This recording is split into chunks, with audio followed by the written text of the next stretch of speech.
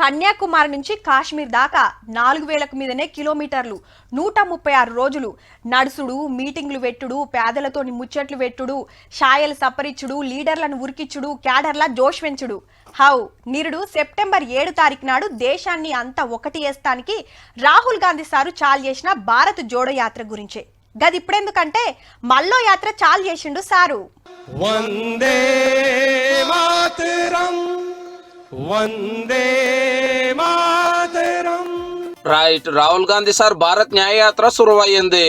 దేశంలో అందరికి న్యాయం జరగాలి, అందరిని సమానంగా చూడాలని మణిపూర్ కెళ్లి చాలు చేసిండు. కాంగ్రెస్ అధ్యక్షుడు ఖర్గే సారు, సీనియర్లు మన సీఎం రేవంత్ సారు, చిన్న సీఎం బట్టి sir, Chennur MLA Vivek Venkataswamy sir వచ్చిండ్రు. అట్లనే షర్మిలక్క కూడా వచ్చింది. దేశంలో పరిస్థితి మంచిగా లేదు, బీజేపీ ఆగం చేస్తుంది, మణిపూర్ లో లొల్లులైతే ప్రధానమంత్రి ఎందుకు రాలేదని ప్రశ్నించిండు రాహుల్ సారు. मणिपुर में आपके आंसू पोंछने, आपसे गले लगने, आपका हाथ पकड़ने नहीं आए. शायद नरेंद्र मोदी जी के लिए, बीजेपी और आरएसएस के लिए मणिपुर हिंदुस्तान का भाग ही नहीं है. वो उनका दुख, उनका दर्द नहीं है. పార్లమెంట్ ఎన్నికల కోసమే అయోధ్య రామన్ పేరుతోటి రాజకీయాలు చేస్తున్నారని గరమైండు ఖర్గే సారు. నాగాలాండ్, అస్సాం, మేఘాలయ, బెంగాల్, బీహార్, జార్ఖండ్, ఒరిస్సా, ఛత్తీస్గఢ్, ఉత్తరప్రదేశ్, మధ్యప్రదేశ్, రాజస్థాన్, గుజరాత్ మీదకెళ్లి బొంబాయికి వస్తుంది.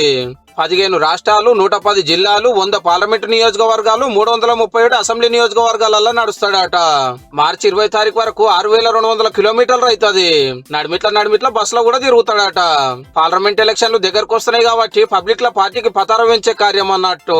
నిరుడు భారత్ జోడో యాత్ర పేరు మీద కన్యాకుమారికి వెళ్లి కాశ్మీర్ దాకా 12 రాష్ట్రాలు, 75 జిల్లాలు, 136 రోజులు, 4000 కిలోమీటర్లు పాదయాత్ర చేసిండు కదా. ఇది రెండో యాత్ర అన్నట్టు. అప్పుడు దక్షిణంకెళ్లి ఉత్తరానికి నడిస్తే ఇప్పుడు తూర్పుకెంచి పడమర దాకా ఈ లెక్కన దేశమంతా కవర్ చేసినట్టు అందరి బాధలు అరుచుకున్నట్టు అవుతుంది. అప్పుడు యాత్ర చేస్తానైతే కర్ణాటక, తెలంగాణలో మస్తు అక్కడికి వచ్చింది. ఇప్పుడు నడిచేది పార్లమెంట్ ఎలక్షన్లు, ఎంత ఫాయిదా అవుతుందో చూడాలి.